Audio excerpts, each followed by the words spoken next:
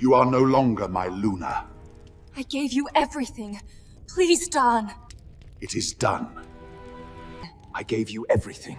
You gave me nothing that lasts. Not make this harder than it is. Rufus, it is done. She ran, her silver gown embroidered in crescent moons at the collar and belt tore against the roots as she pushed through the trees. Mud darkened the hem in thick, creeping lines. Her dark auburn hair, loose now, wild, whipped across her face with every turn she made between the trunks.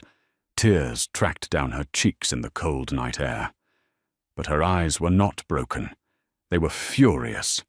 They were alive. Behind her, the wolves came. 2 of them, pale-coated, eyes burning amber, mouths open as they thundered across the forest floor, closing the distance with the patient, terrible certainty of creatures built for exactly this. And behind the wolves came the king himself, Rufus Lambert, massive in black travelling armour, etched with the silver wolf crest of the Ashvale line, his golden eyes burning in the dark, his horse moving through the trees with the relentless, ground-eating stride of a man who had never once lost something he decided to chase. 6 weeks ago, he had stood in the great hall of the Ashvale Palace and told his entire court that Ivania Mills was no longer his Luna. He had not looked at her when he said it. On the palace steps behind him, a woman named Seraphina Doolin had stood in wine-red silk, with one hand resting over the curve of her belly, smiling the smile of a woman who believes the hardest part is behind her. She was wrong. But to understand why Ivania Mills is running through this forest still burning, still upright, or still more powerful than anything currently hunting her, you have to go back to where this began. Not the night she was cast out, the night she was chosen. Ivania Mills was 23 years old, the night Rufus Lambert walked across a room full of women and stopped in front of her. It was a formal gathering, the kind the Ashvale Pack held every few years, an assembly of eligible women from across the territorial alliances, arranged with enough ceremony to feel significant and enough informality to feel natural. 30 women, different families, different strengths, different political weights. Elder Harlan Brock had spent 3 weeks preparing a preferred list, which he had placed on Rufus's desk with the quiet confidence of a man who believed his recommendations were usually adopted. Rufus had looked at the list once and set it aside. He had walked into the gathering hall that evening, moved through the crowd at his own pace, and then stopped. Not in front of the daughter of the Western Territorial Alpha, who was Harlan's first recommendation. Not in front of Callista Richmond, who was Harlan's second. He stopped in front of Ivania, who was standing near the far window, holding a cup of something warm with both hands, and watching the room with calm, observant eyes that were not performing anything. He looked at her for a moment. She looked back at him without flinching, and without arranging her expression into anything more favorable. He said one word, "You."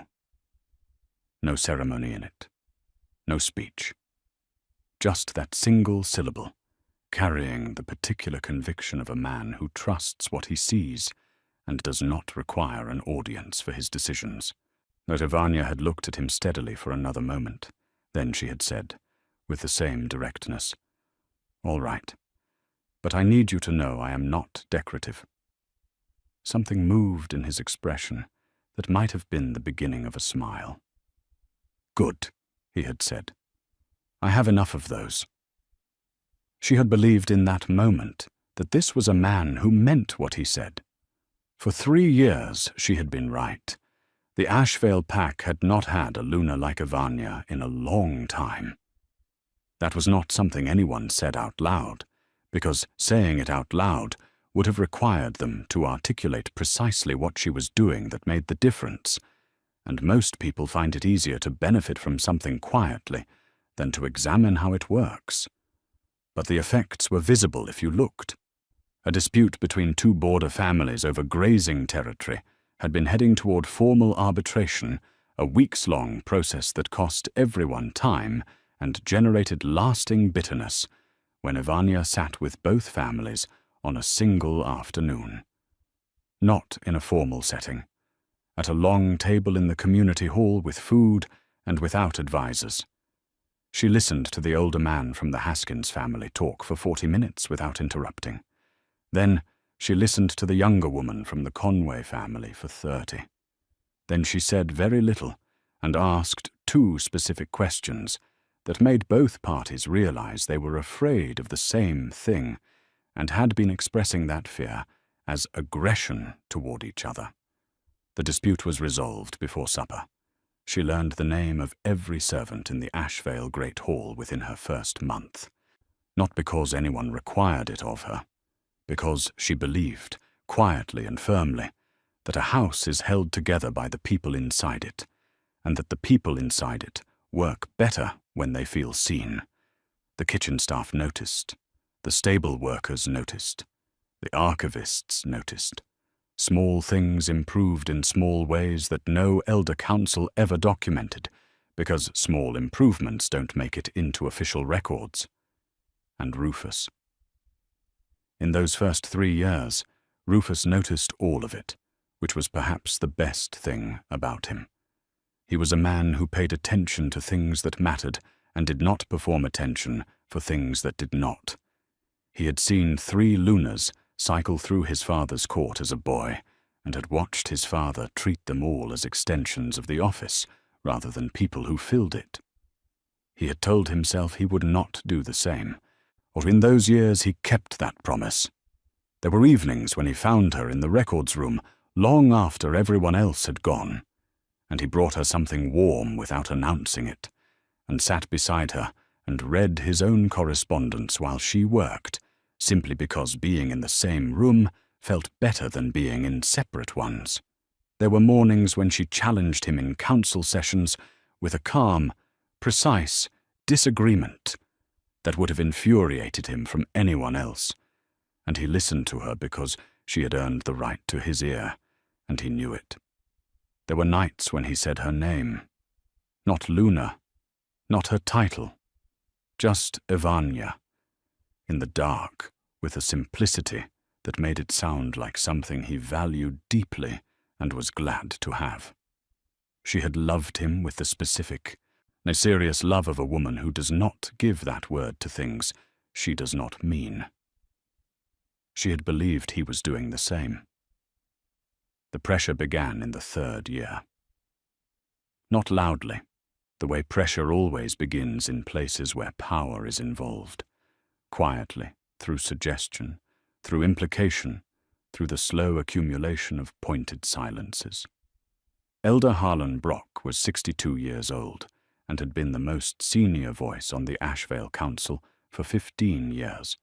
He had navigated 4 major territorial alliances, 3 succession crises in neighboring pacts, and 1 border war that he privately believed he had ended through political maneuvering before the warriors had finished sharpening their weapons. He was, in his own estimation, and in the estimation of several others, the Ashvale Pact's institutional memory made flesh. He had never liked Ivania. He had never said so directly. Harlan Brock did not operate in direct statements. He operated in implications and careful framings, and the particular technique of raising a concern so gently that the person hearing it believed they had thought of it themselves.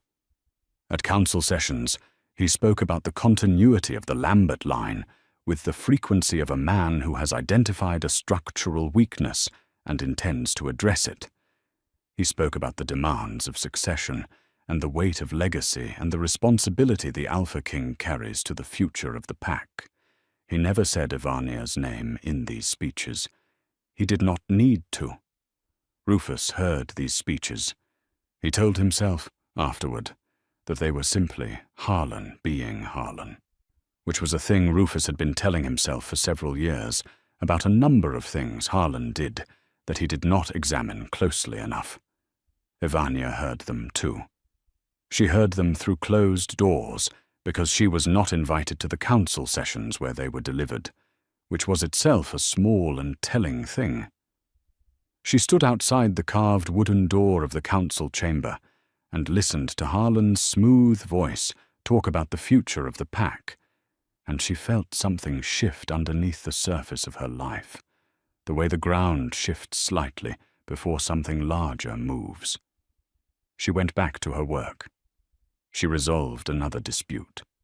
She sat with another grieving family. She reorganized another section of the palace records. She did not tell Rufus what she had heard, because she was not certain yet what it meant, and she had never been a woman who raised alarms before she understood what was alarming. That restraint, that careful, principled restraint, was one of the things that would cost her. Rufus, in the 4th year, began to change in the way that men change when they are under sustained pressure and choose to manage it privately rather than speak it. He was not cold to her. He was not unkind. But something had shifted in the architecture of his attention. He was present less. Not physically.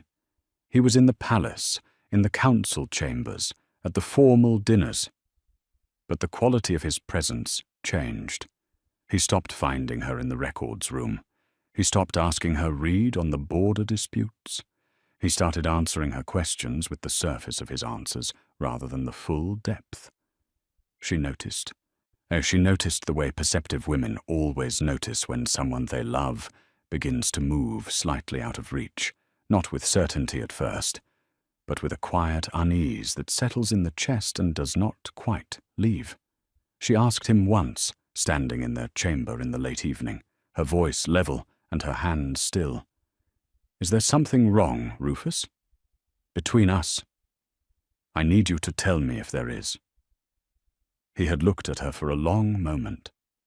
Something moved behind his eyes, a decision being made, or perhaps a decision being avoided. Then he had said, "There is nothing wrong, Ivania. You worry too much." She had looked at him steadily. She had recognized, with the particular clarity of a woman who listens carefully, that the answer he had given was not the answer to the question she had asked. She did not press further.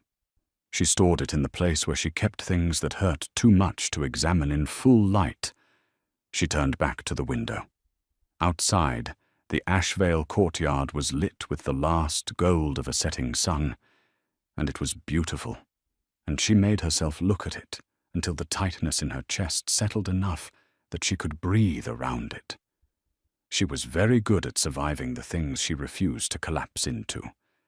She did not know then what was already being arranged.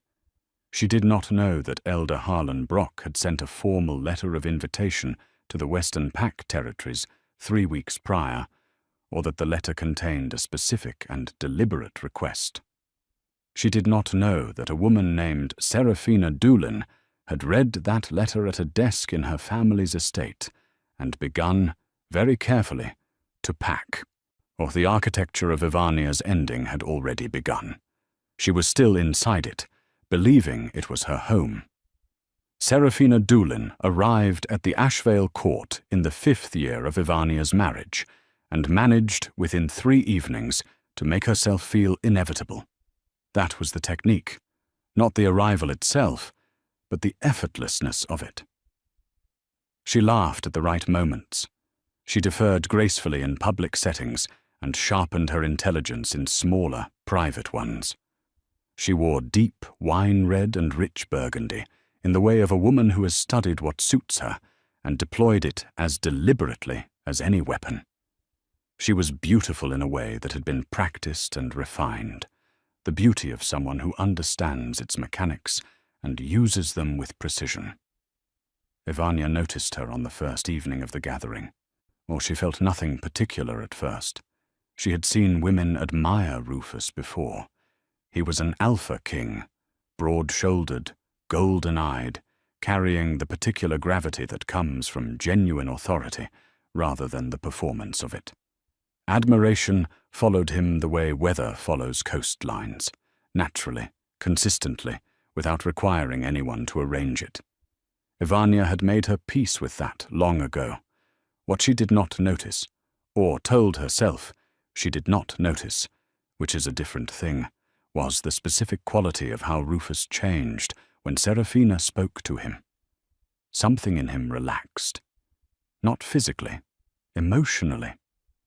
There was a tension in him that had been building for 2 years, the pressure of succession and council expectations, and the weight of an empire that demanded continuity and progress and heirs and certainty. And when Serafina turned her full, warm attention on him, that tension eased in a way that Ivania had been trying to reach for those same 2 years without finding the door. Serafina had found the door in 3 conversations. She did not pursue Rufus dramatically. That would have been too visible, too easily identified and managed. What she did instead was make herself useful to his comfort in the precise ways that someone who has studied a person carefully knows will land. She agreed with his instincts in the informal council discussions that happened at formal dinners when the wine had been poured and the conversation turned to pack politics. She laughed easily. She made him feel, without ever saying so directly, that he was capable and right, and not as besieged as he felt, which was what a tired, pressured man most wanted to feel. It was not love. Love is not that calculated. But it was effective, and effectiveness was what Serafina had come to Ashvale to demonstrate. Ivania watched. She was a woman who paid attention, and she watched Serafina Doolin move through the Ashvale court the way you watch weather moving across a wide landscape, aware that it is coming, uncertain, yet whether it will pass over or settle in. She watched Rufus. She watched the specific way he turned toward Serafina at the evening banquet, the shift in the angle of his shoulder, the small, private smile that appeared when Serafina said something in a low voice that no one else could hear.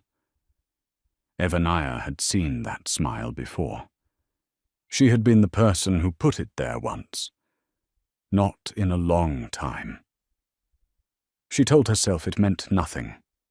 She had been telling herself a version of that for months.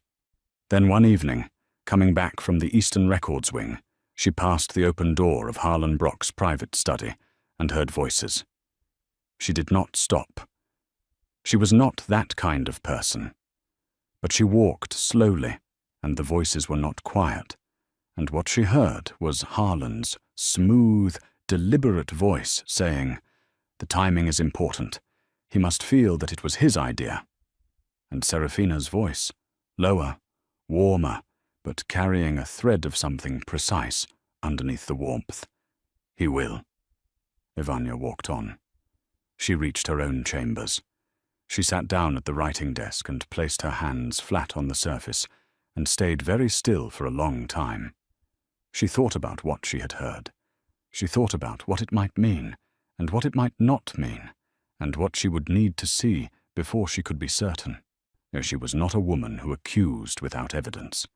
She was not a woman who made scenes. She believed, with the particular stubbornness of someone who has built a life on careful attention and measured response, that truth reveals itself if you are patient enough to watch for it. She was right about that. She had simply miscalculated how much patience it would require. Inside his study, Harlan Brock set down his cup and looked at Serafina with the satisfaction of a man watching a long-term investment begin to yield returns. He had been working on this problem because that was how he thought of Ivania, as a problem that had not yet been correctly solved for nearly 2 years. The heir question was real. The Lambert line did require continuation.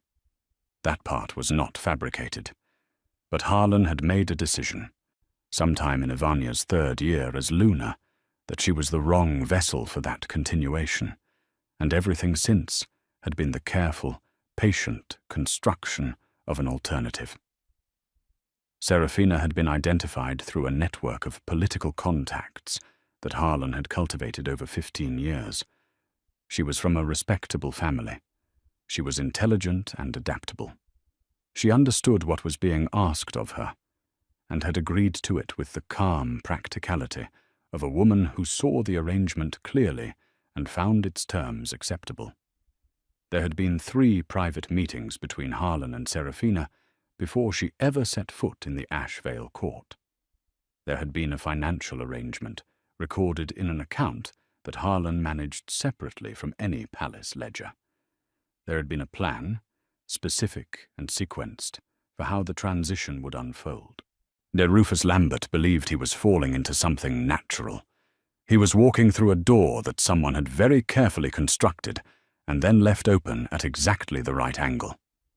Clyde Hobbs had been Rufus's beta for 8 years, and a methodical keeper of dates and records for longer than that. He was not a dramatic man. He did not make pronouncements. He observed things and wrote them down, and waited until he understood them before he spoke. He had begun, in the 5th year, to write down things he didn't yet understand. A closed door in Harlan's study at an unusual hour. Serafina leaving that corridor 20 minutes later with an expression she had rearranged slightly too quickly. A financial entry in a secondary account that bore Harlan's personal notation rather than the standard palace ledger mark. A date discrepancy, very small, easily missed, in the record of when Serafina had first received a formal invitation to the Ashvale court, and when she had apparently first made contact with Harlan's network. He wrote all of it down in his small leather journal. He did not yet go to Rufus. He did not have enough. What he had was the feeling, specific and persistent, of a man who recognizes the shape of something constructed even when he cannot yet see what it is meant to build. He kept watching.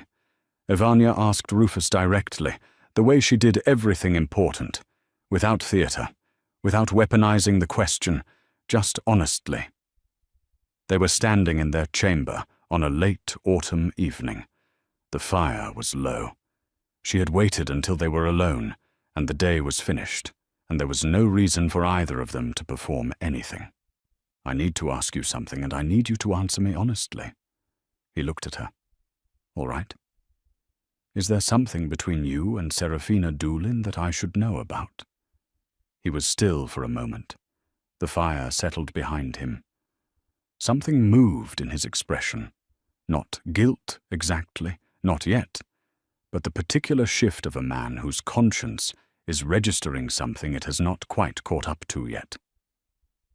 There is nothing for you to worry about, he said. She looked at him steadily. She said nothing more. She turned back to the window. She understood, with complete clarity, that he had answered a different version of her question, not the one she had actually asked. He had told her there was nothing for her to worry about, which was not the same as telling her there was nothing. He had used the word worry as a way of redirecting the question from what was true to how she was supposed to feel about it. She had loved this man for 5 years.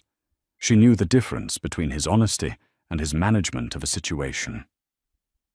That night, for the first time in their marriage, she lay beside him in the dark and felt the specific loneliness of being in the same bed as someone who is becoming a stranger in slow, quiet increments. She did not move away from him. She did not make a sound. She lay there in the dark and felt it fully, because she had always believed that feeling a thing clearly was better than pretending it was not there. Outside the chamber window, the first snow of the season was beginning to fall. In the East Wing guest quarters, Serafina Doolin sat at her writing desk and composed a careful letter, and she addressed it to Elder Harlan Brock and folded it into the interior of her traveling case, where it would remain, undiscovered, for another 7 months. Evania dressed carefully on the morning of the ceremony. She did not know, when she woke, that this would be the last morning she would dress as Luna.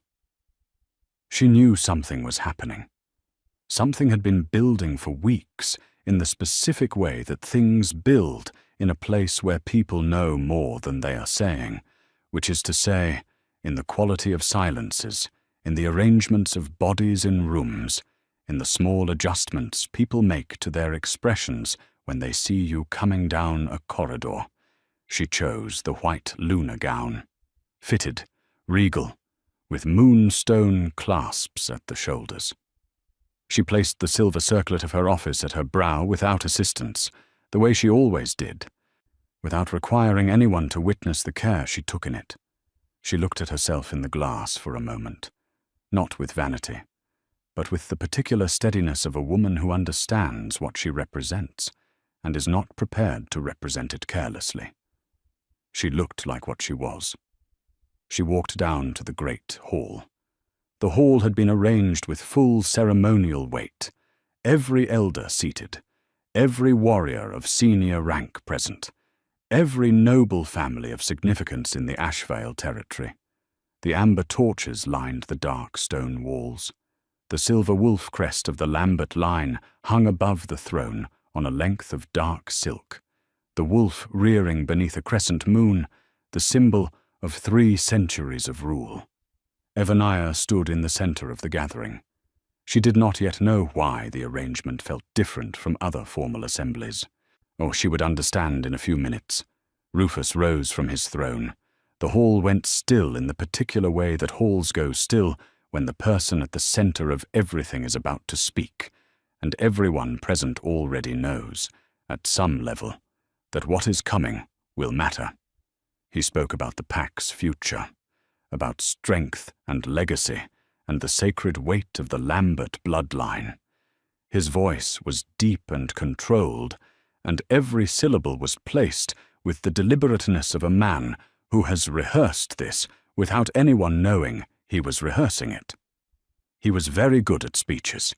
He had always been capable of filling a room with his authority and making whatever he said feel inevitable. He did not look at Evania while he spoke. Then Seraphina stepped forward from the side of the dais. She wore wine-red silk. The fabric fell around the visible curve of her belly in soft, deliberate folds. She had dressed for this moment with the precision of someone who understood that what she wore tonight would be what people remembered when they thought of this evening years from now. She stepped into the light of the torches and stood beside Rufus with the composure of a woman who has rehearsed this particular moment many times and finds its execution satisfying. Rufus placed his hand over hers. "The Ashvale pack will have its heir," he said. "The future of this line is secured." The hall absorbed this. Not eruption, not applause, absorption, the specific, weighted silence of a room full of people reorganizing their understanding of a situation they thought they had already understood. Some faces were careful, some were relieved. Clyde Hobbs, and standing near the far wall, had gone completely blank in the way that people go blank when the thing they feared has arrived and they are trying to decide what to do with their hands. Then Rufus looked at Evania. His expression was not cruel. That was the thing that would stay with her longest, the thing she would return to in the weeks that followed. He was not cruel. He looked at her the way someone looks at a responsibility they have resolved, distant and already past the moment, carrying only the faintest shadow of something that might have been regret if he had allowed himself to feel it fully. "Luna Evania has served this pack with great dedication," he said. "She will be honored in her release. Honored in her release, as though she were a creature being retired from service, as though 6 years of devotion and work and love could be folded into that phrase and set down without examination." Evania stood in the center of the hall, with her hands folded in front of her, and her face composed with every ounce of discipline that those 6 years had built into her. Her hands did not shake, her voice did not emerge, because she didn't speak. She kept her expression level and her posture straight, and she looked at Rufus Lambert with the clear, steady eyes of a woman who sees exactly what is happening and has decided, in this moment, not to give anyone in this room something they can use. He held her gaze for 3 seconds. Then he looked away. She turned and walked out of the great hall herself. Straight, unhurried, the white gown moving around her, the silver circlet still at her brow. No one stopped her. No one spoke.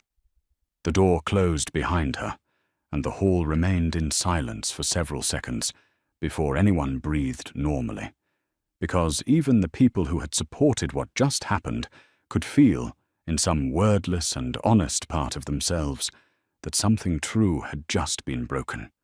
Her chamber was stripped of her belongings by morning, quietly, efficiently. The servants were careful and kind, and could not meet her eyes, which told her everything about what they thought without requiring any of them to say it. Her gowns, her books, the small collection of letters she had kept from people who mattered to her, all of it boxed and moved to a smaller room in the east wing.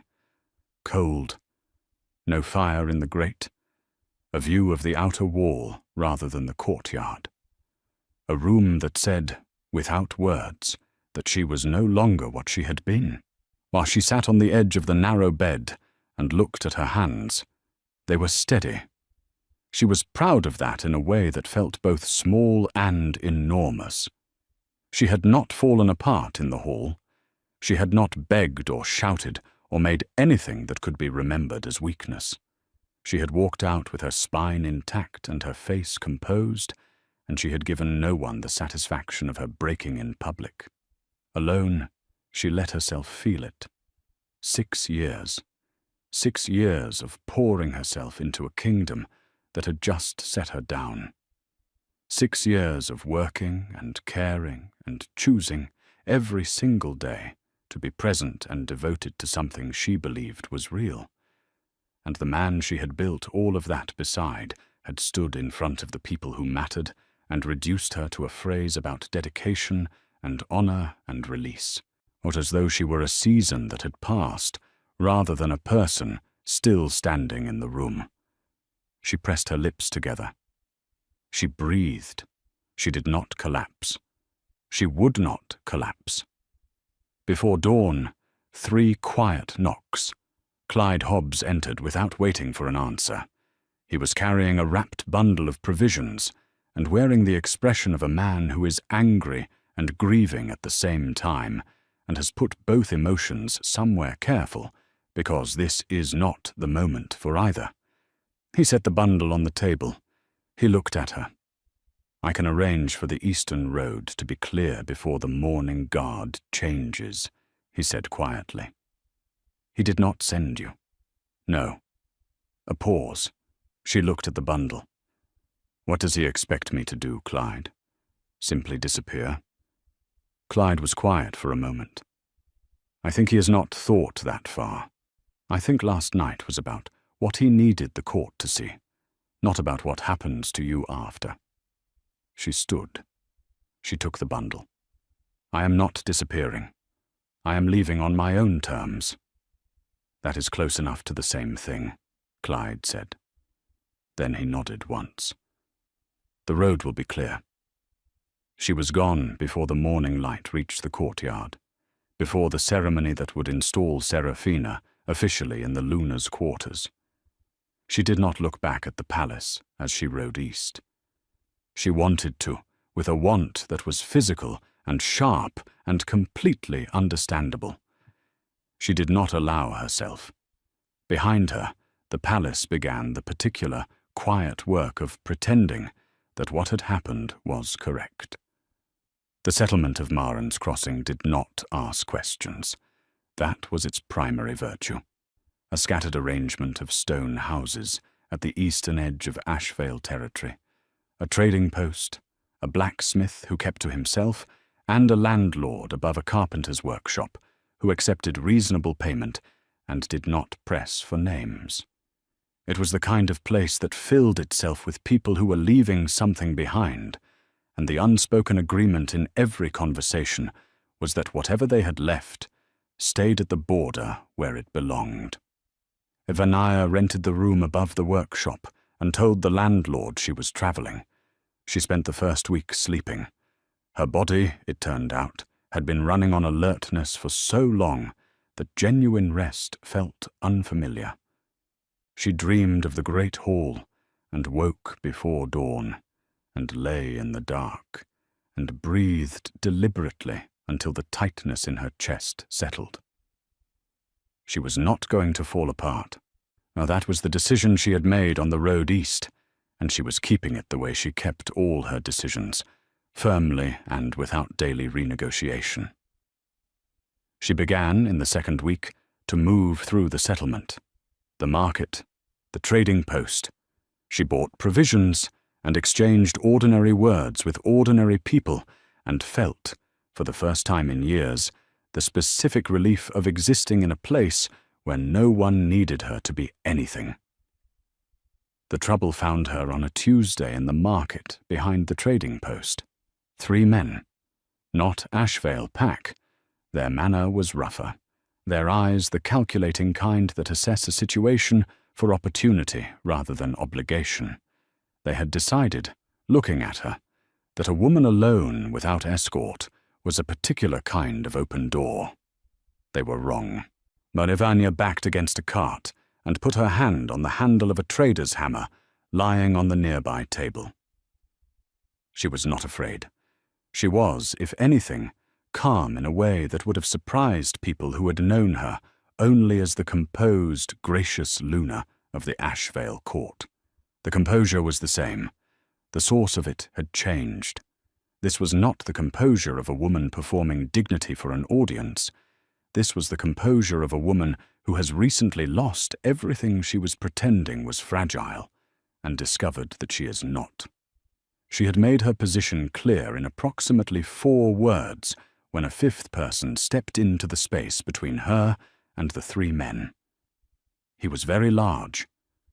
That was the first clear impression. Dark clothing, practical and worn, built for movement rather than display.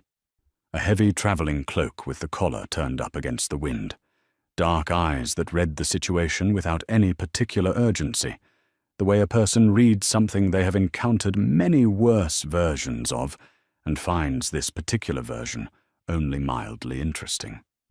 "Move along," he said to the 3 men. 2 words, completely flat. Not a performance of authority.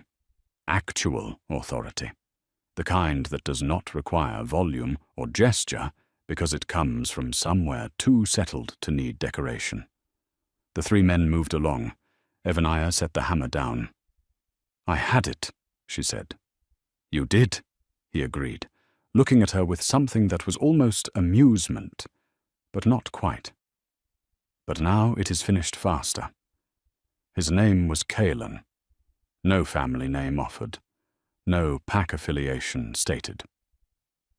In Ashvale territory, no pack affiliation meant rogue alpha, a term the palace used the way you use the word storm, as shorthand for something that moves outside the established order and cannot be fully predicted or controlled.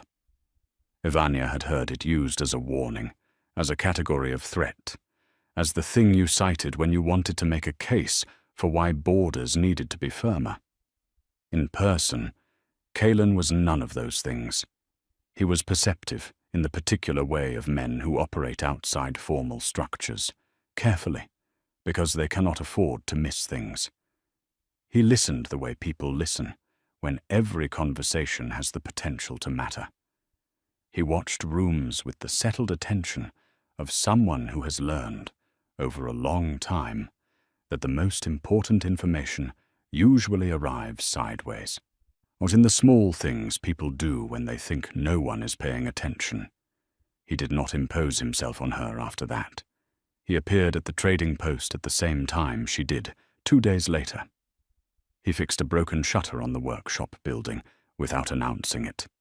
She noticed only because the shutter had been loose for a week, and then it was not.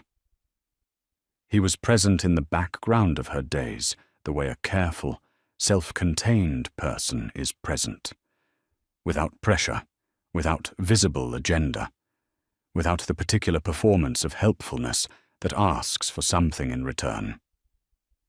One evening she asked him directly, "Why are you staying near me?" He considered this with the specific slowness of a man who does not answer before he is ready, because you are clearly more than what you are presenting yourself as, and the border is not safe for someone who still smells like Ashvale silver. She looked at him steadily. "You knew?" "I suspected. I have been to the Ashvale Great Hall twice on alliance business. I remember the Luna." A pause. "I remember her being treated considerably better than this. It was the most direct acknowledgement of her situation she had received from anyone, and somehow that directness made it easier to breathe than any amount of careful management would have. She did not tell him everything. Not yet. She was not ready for everything. But she stopped pretending to be no one, and that was its own significant thing. That night, for the first time since leaving the palace, she slept without dreaming of the hall.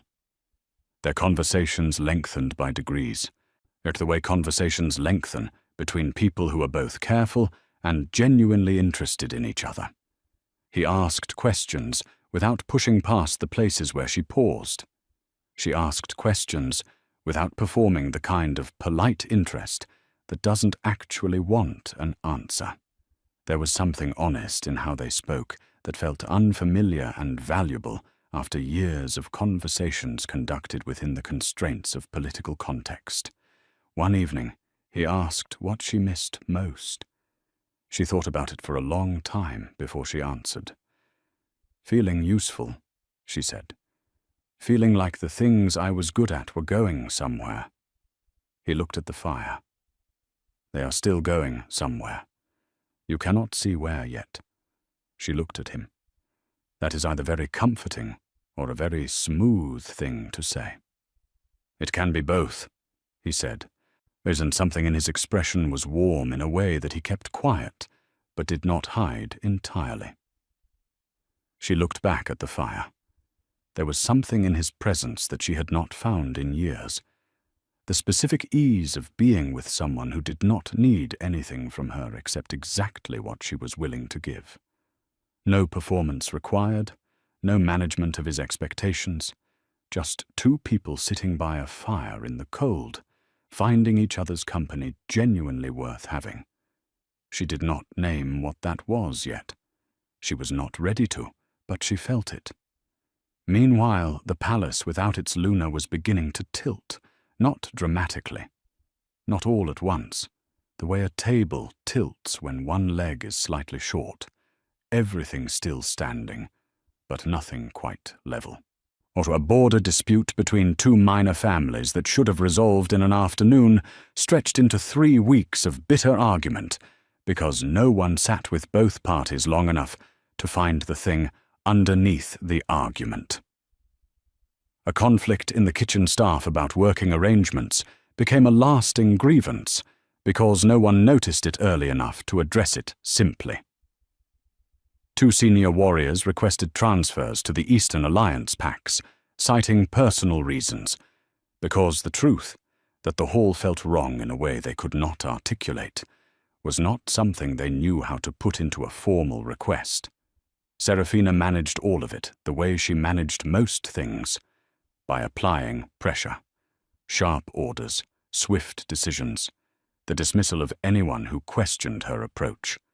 She was effective in the particular way of people who mistake compliance for resolution, and the Hall obeyed her, and nothing actually settled. Harlan Brock watched the friction and called it transition. Clyde Hobbs watched it and wrote in his journal, in his small, careful handwriting, "Something is wrong. It will get worse before anyone admits it." He kept watching. He kept writing things down. And in the palace records room, very late on a Wednesday night, He found the first gap. The letter arrived on a Wednesday with a border courier who handed it over quickly, as though relieved to be finished with it. No return address on the outside. The handwriting inside was pressed hard into the paper, cramped and angular. The writing of someone who had started and stopped many times before, finally committing the words to the page with force. Ivania read it standing at the window of her room above the workshop, the morning light coming in cold and clear around her. She read it 3 times. Then she sat down. The letter was from a woman named Althea Finch. Althea Finch was a midwife. She had served the Ashvale Pack for 22 years, had delivered over 200 children, had the steady nerves and practical competence of a woman who had guided life through its most complicated passages without losing her steadiness. She was not a woman who broke easily. She had not broken for 4 years, but she had been breaking quietly, in the way that things break when the pressure on them never fully releases. Slowly, invisibly, until the point where continuing to hold the shape becomes more difficult than letting it go. The letter did not tell everything. It was the confession of someone who kept losing courage at the final sentences. But it told enough. It told of a night 4 years ago, an early labor, a complicated delivery in the palace healer's wing, attended not by the usual palace physicians, but by Althea alone, at the specific direction of Elder Harlan Brock, who had sent the others away with instructions that the matter was being handled privately. It told of a child, a boy, small and fierce and breathing. It told of a financial arrangement, paid into Althea's account through a channel she had not understood, was irregular, until it was too late to undo what she had already done. It told of what she had told Ivania in the healer's wing afterward, out in the fog of exhaustion and medication, and the particular cruelty of a lie delivered with a gentle voice, that the child had not survived. It told of a boy who was now 4 years old, living with a family in the river settlement of Coldfen, 2 days east, and at the very end, pressed into the paper so hard that the pen had nearly gone through. I am sorry. I have been sorry every single day. Ivania sat with the letter in her lap and did not move for a long time. The grief was the first thing. The specific, enormous grief of 4 years of mourning a child who had been alive the entire time.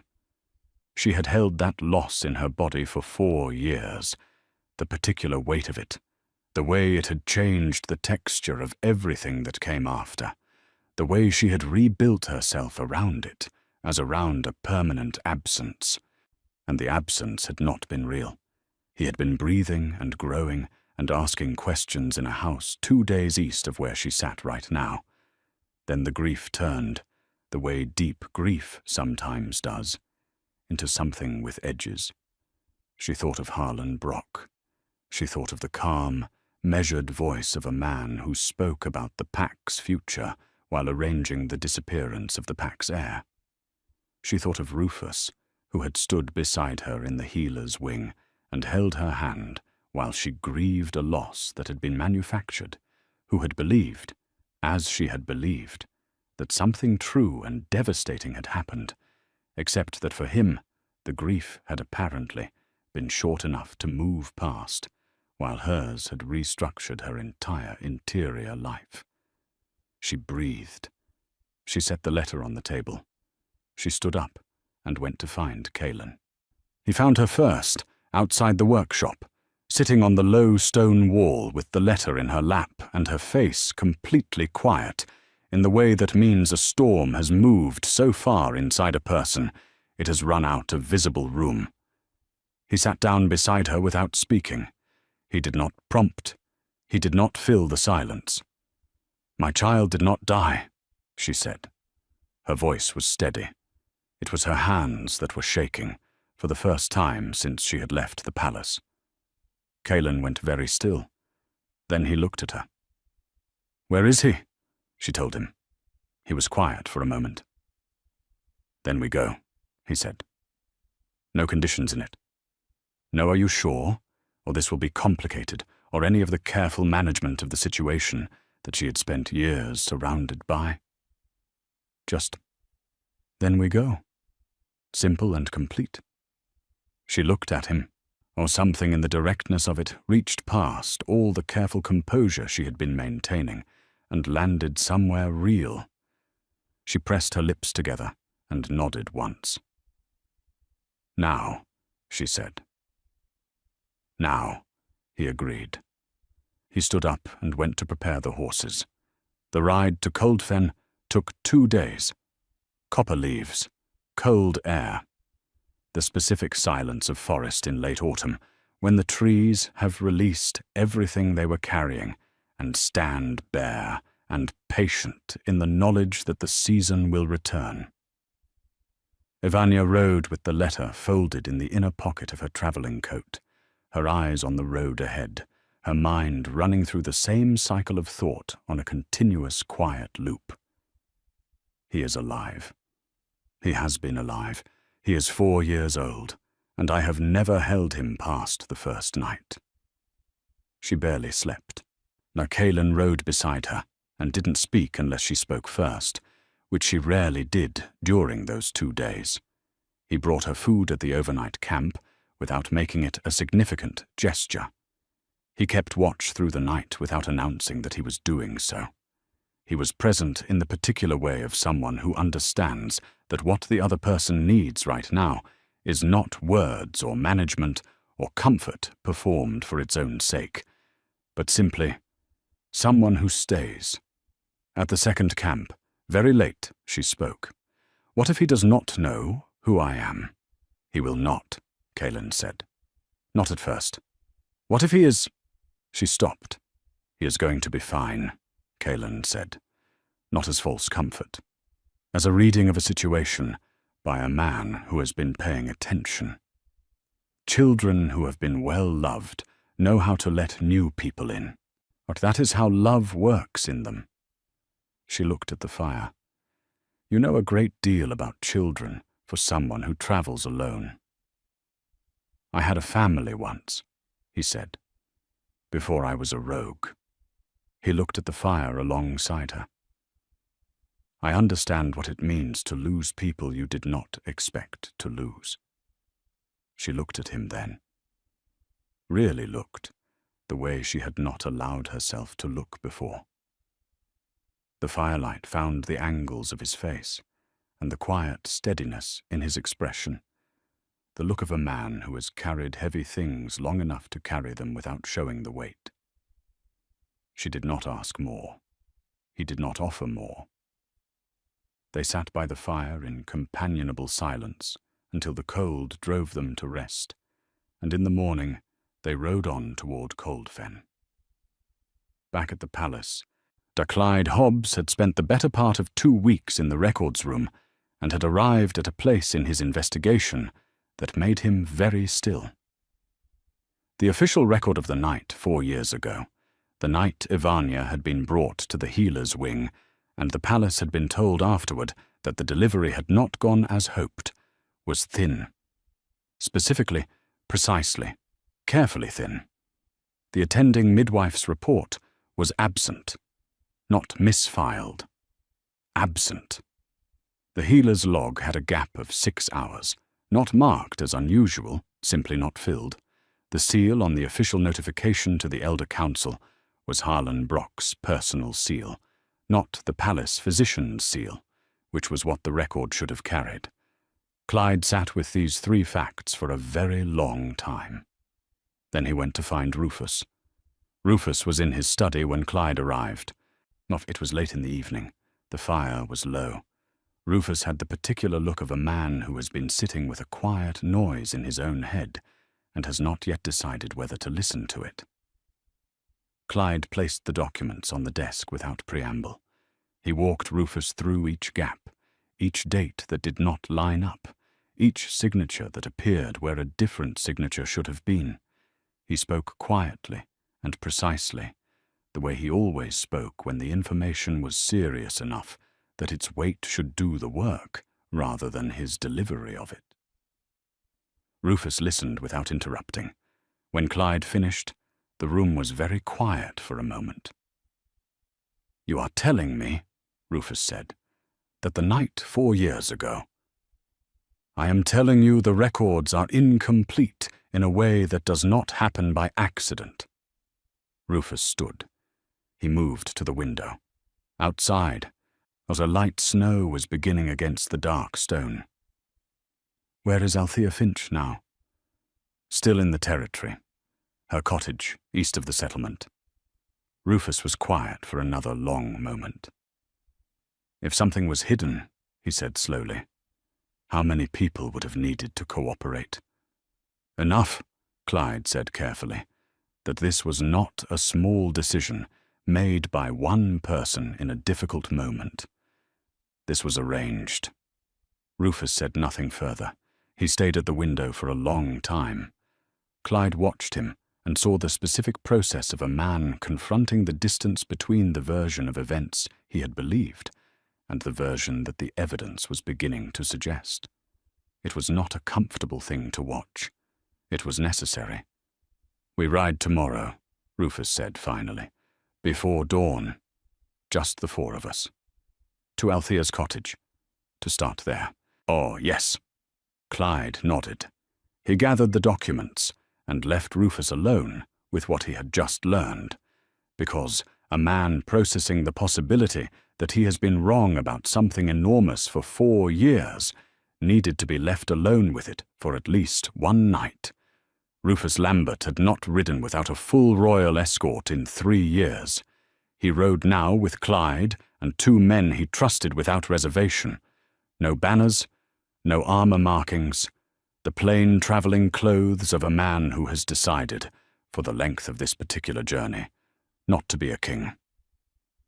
Not because the kingship has abandoned him, but because he understands, for the first time in a long time, that there are things the king in him would handle incorrectly, things that require a different part of him than the one he deploys in the Great Hall.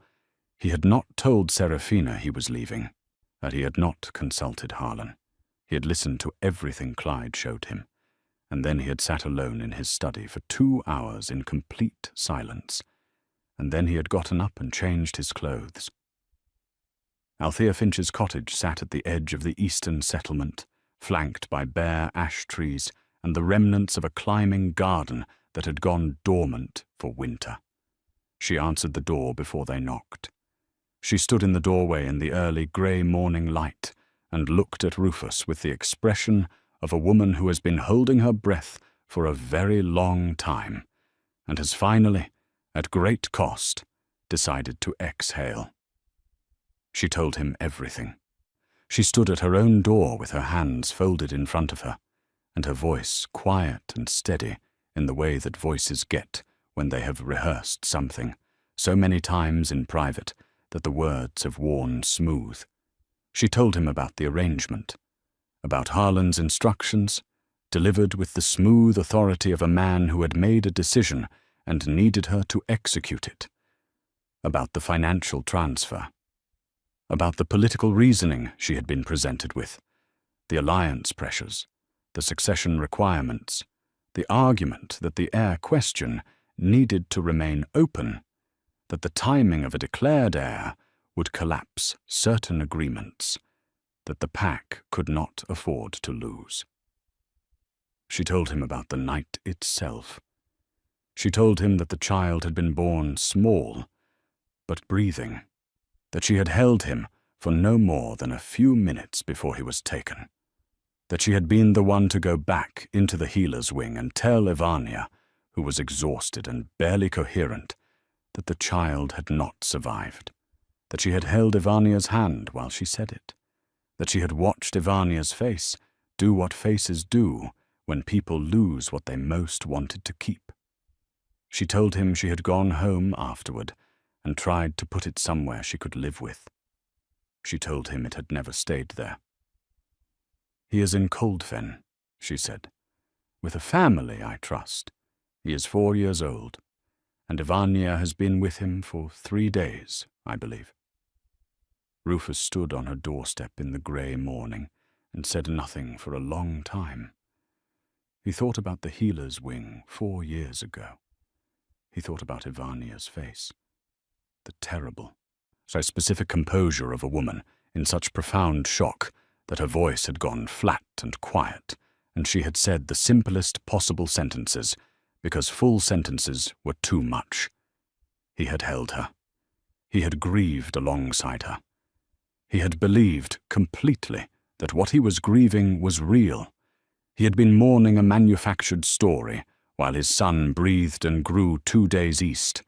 He turned and walked back to his horse. He put his hand on the saddle and stood with his back to everyone for several minutes. The grey morning light sat on the bare trees around him. Clyde did not approach. He understood, without being told, that what Rufus needed in this moment was not counsel or comfort, but simply the space to be inside what he had just learned without being required to manage it for anyone else's benefit. When Rufus mounted, his face had changed. Something that had lived there for a long time, the particular hardness of a man who has never seriously questioned his own judgment, had been quietly removed. What was underneath it was raw and less certain and more human. "We ride for Cold Fen," he said. They had covered half the distance when Clyde noticed the riders coming from the palace direction, moving at speed. He recognized the colors before he recognized the faces. "Those are palace guards," he said. "Not under my order," Rufus said. His voice was very quiet. They exchanged a look. Then they rode faster. Kaelin had been watching the road from the edge of the Cold Fen settlement since dawn. He had not said anything to Ivania about it. She was inside with Emmett, learning the specific vocabulary of a 4-year-old, which is extensive and demanding, and completely focused on what matters to the 4-year-old, rather than on any larger narrative. He had watched her with the boy the evening before, and the morning through the window, and had felt something settle in him that he recognized as the particular satisfaction of seeing a situation arrive at the shape it should have had all along. He saw the guards coming through the trees before they reached the settlement road. He moved to intercept them without hurrying, because hurrying would signal urgency, and urgency would give them information about how worried he was.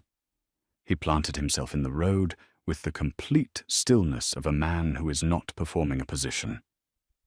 "Ashvale colours," he said, when they had pulled up, "and no royal seal on that order." He had read the document upside down from 12 feet as they approached. "Which means the king does not know you are here." The lead guard's expression shifted slightly. That shift was the information Kaelin needed. He did not initiate the conflict, but when the lead guard made the decision to treat Kaelin's presence as an obstacle rather than a warning, the conflict that followed was brief and clearly resolved. 3 guards were on the ground, with injuries serious enough to require attention, but not serious enough to be permanent. One had retreated into the trees. One was sitting against a fence post, with the expression of a man reconsidering the chain of decisions that had brought him to this specific morning. Rufus arrived 20 minutes later to find Kaelin standing in the road, his knuckles slightly bruised, watching the remaining guard with the patient attention of someone who has made his point and is content to wait for it to be fully absorbed. Rufus took in the scene. He looked at the guards. He looked at Kaelin. He looked at the absence of a royal seal on the order one of them was still holding. "You are the rogue Alpha," he said. "You are the king who replaced his true Luna with a lie," Kaelin said. Not heated, not cruel, simply an accurate accounting of a situation delivered by a man who had no political position to protect and no reason to soften it. Rufus absorbed this without argument. "Where is she?" "In the house with your son." Kaelin stepped aside. Rufus began to walk toward the house. Then he paused. He turned back to Kaelin. "The guards," he said. "They were not sent by me." "I know," Kaelin said. "That is why they are on the ground. and not you. Something in Rufus's expression shifted, the specific recognition of a man who has just understood that someone else handled a problem he himself created, and did it without requiring anything from him in return. He nodded once, briefly. Then he walked toward the house. Clyde fell into step beside Kaelin. "Thank you," he said quietly. "Ask me again when this is finished," Kaelin said. Evaniah was standing in the doorway when Rufus reached the house. She had heard the commotion and had put Emmett behind her, with the immediate, uncalculated instinct of a mother who has already made her peace with standing between danger and someone she loves. She looked at Rufus. He looked at her. 6 weeks of enormous, complicated things sat in the cold autumn air between them, and neither of them spoke for a long moment. Then a small face appeared around her side. Emmett Lambert was 4 years old, slightly built, with his mother's dark eyes and Rufus's jaw, and a directness in his expression that belonged to neither of them and both of them at once. He looked at the tall, dark-haired man in plain travelling clothes, with the frank, undecorated assessment that only very young children still manage. "You are very large," Emmett said. Behind Rufus, at a careful distance, Clyde made a sound that he covered quickly with his hand. Rufus crouched down to the boy's level. He did not speak. He looked at the face, at the jaw he recognized, at the eyes that were Evania's completely, at the small living proof of what 4 years of arranged silence had been concealing, and something moved through his expression that he did not attempt to manage or contain, because some things are too large for management. Evania's voice was level. "Not here. Not in front of him. Not before this is finished." She lifted her chin. "Take us home, Rufus. Do what is right. Then we talk about everything else." He stood. He looked at her, and what was in his expression was not the composed authority of an alpha king conducting a difficult situation. It was simpler than that. More honest. "Then we go home," he said. At the fence gate, before she turned toward the horses, Evania paused and looked back at Kaelin. He was standing at the road, watching, with his hands loose at his sides, and nothing in his expression that asked for anything. "Oh, you did not have to come back with me," she said. "No," he agreed. A pause. "Emmett asked me to make sure there were no more wolves in the road," he said. "He is a very direct child." She smiled. A genuine smile, full and quiet, the first one in a very long time that reached all the way through. Then she turned and walked toward the horses. Kaelin watched until they had gone from sight. He did not follow. He understood, with the clear-eyed acceptance of a man who has learned the difference between what he wants and what a situation calls for, that the story moving away from him down that road was not his to follow. He had done what needed to be done. That was enough. It had to be. He stood in the road for another moment in the cold autumn air.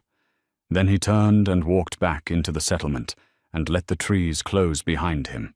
Off the great hall of Ashvale had been arranged exactly as it had been on the night 6 weeks prior. Every elder seated, every senior warrior present, every noble family of rank within the Ashvale territory, the amber torches lit against the dark stone, the silver wolf crest above the throne in dark silk, the same ceremonial weight pressing against the same walls. Everyone in the hall understood that this was deliberate. The arrangement was not coincidental. Something was being answered tonight, and it was being answered in the same room where the original wrong had been committed, because some corrections cannot be made quietly in private and retain their full meaning. Some things must be said in the same light where the wound was given. Rufus stood before his throne. He did not sit. The hall went still in the specific way it had gone still 6 weeks ago, the weight of collective attention turning toward the center of the room. He did not begin with ceremony. He did not reach for the polished language he usually deployed in difficult formal moments. He had decided, on the ride back from Coldfen, that this was not a situation that could survive decoration. What I say tonight, I say without revision and without any defense of myself. The hall listened. 6 weeks ago, I stood in this room and committed a public wrong against the Luna of this pack and against the woman who had been my most faithful partner in the building of this kingdom. I did it in this hall, and I correct it in this hall, because a wrong done in public must be corrected in public if the correction is to mean anything. He paused. What I didn't know, because I was deliberately deceived, and because I had chosen not to look clearly for longer than the deception required, is that what I did was built on a foundation of manufactured lies. Not one lie. A structure of them, constructed carefully over years by people I trusted and should have watched more closely. He looked at Clyde. Clyde opened the folder in front of him and began to read. He read all of it. Every document, every gap in the record, the 6-hour absence in the healer's log, the missing midwife report, Harlan's seal where only the palace physicians should appear, the financial transfer through a secondary account, the correspondence recovered from the former guest quarters between Serafina Doolin and Elder Harlan Brock, as written in careful language that did not say the precise thing directly, but carried the full weight of the arrangement between every sentence. Althea Finch's signed and witnessed testimony, the dates, the sequence of events as they had actually occurred, not as they had been recorded. The hall absorbed it the way the hall had absorbed the ceremony 6 weeks prior, in deep, weighted silence, the silence of people reorganizing a narrative they thought they had fully understood. Some faces were pale. Some were tight with the specific discomfort of people who had accepted a version of events without examining it, and were now being asked to see what they had chosen not to look at.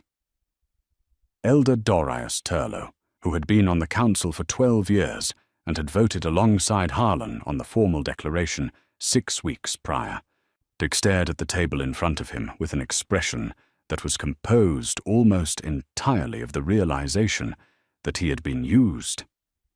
Serafina stood at the side of the dais in the wine-red gown that had felt, 6 weeks ago, like the color of a rival. She tried. My lord, those records are incomplete. They cannot be taken as definitive evidence of... Serafina. Rufus said her name once, quietly, without volume, without heat. The room did not need him to do more than say it, because the tone carried everything the situation required, and Serafina heard it, and stopped. Harlan Brock said nothing at all. He stood very straight and very still, with the practiced posture of a man who has decided that his dignity is the last thing he controls and intends to keep it intact, regardless of what the evening costs him. But his face, that face of smooth, unshakable certainty, the face that had occupied a position of moral authority in this hall for 15 years, had gone slightly wrong at the edges. He looked, for the first time Clyde could ever recall, like a man watching something he built for a very long time take its first irreversible crack. Then the hall doors opened. Evania walked in the way she had always walked through difficult spaces, straight, unhurried, her eyes forward, nothing performed. She wore deep green, not the white lunar gown, not yet. Her auburn hair was down. She did not wear the silver circlet. She did not need it.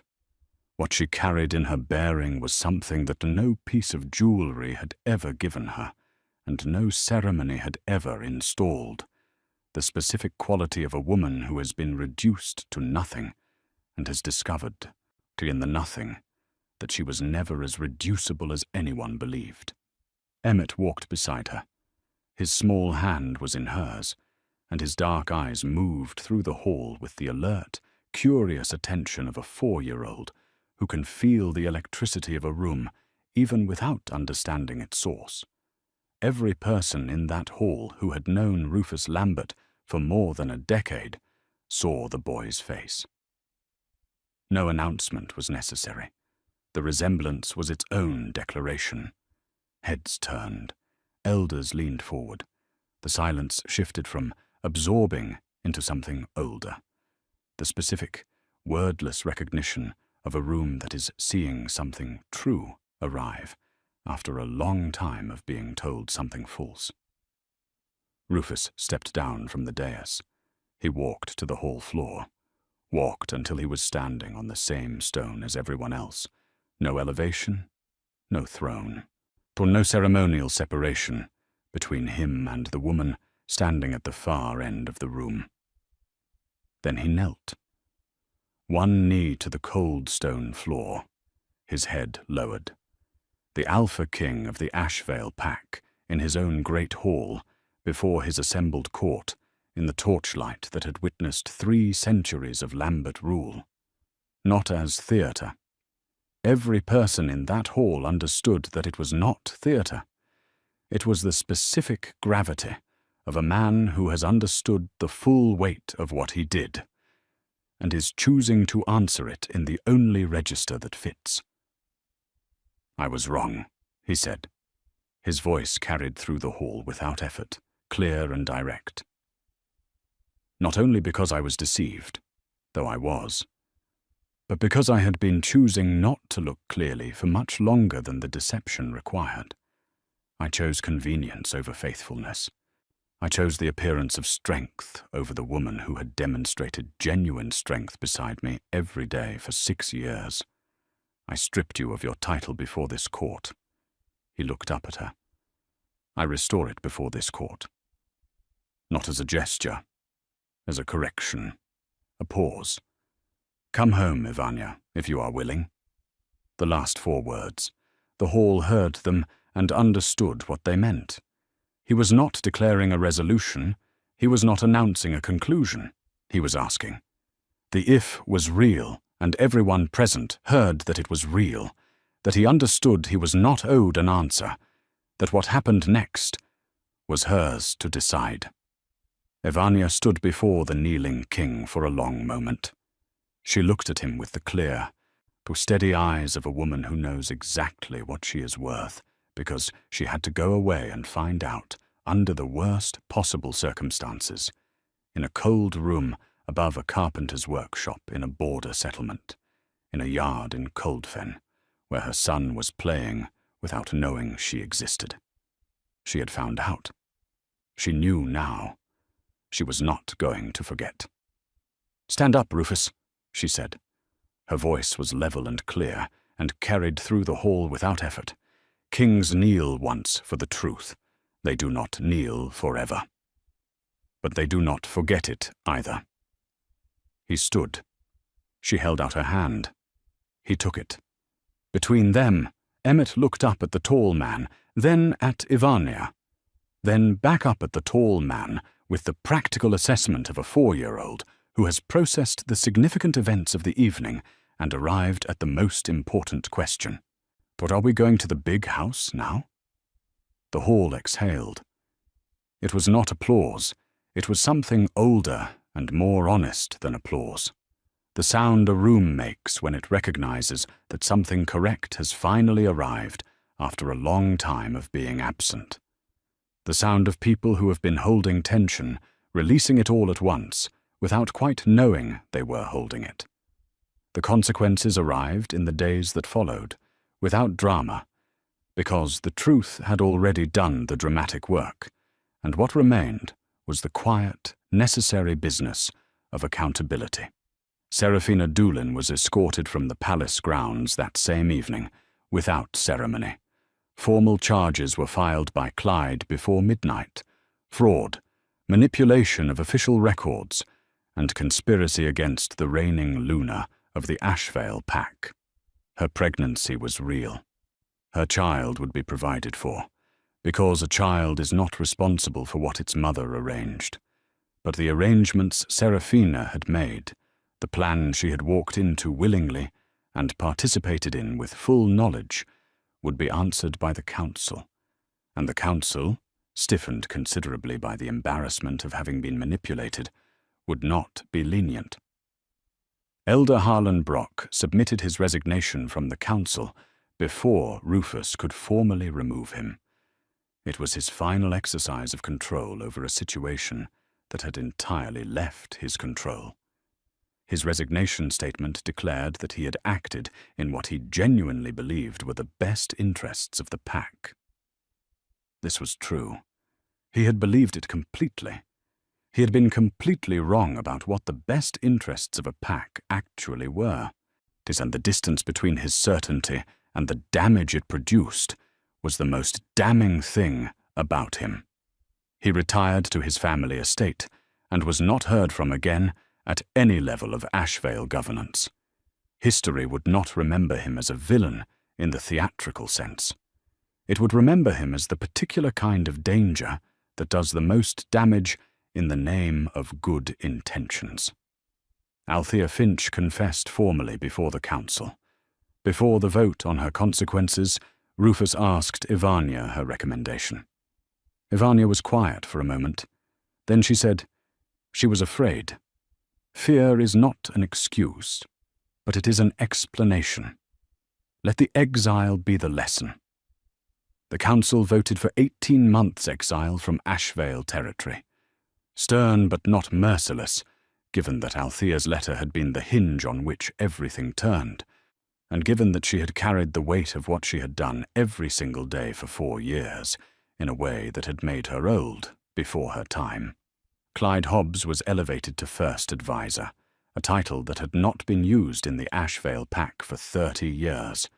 He accepted it with characteristic dryness, noting that he hoped the position involved fewer late nights in the records room, a hope that everyone present understood he did not actually hold.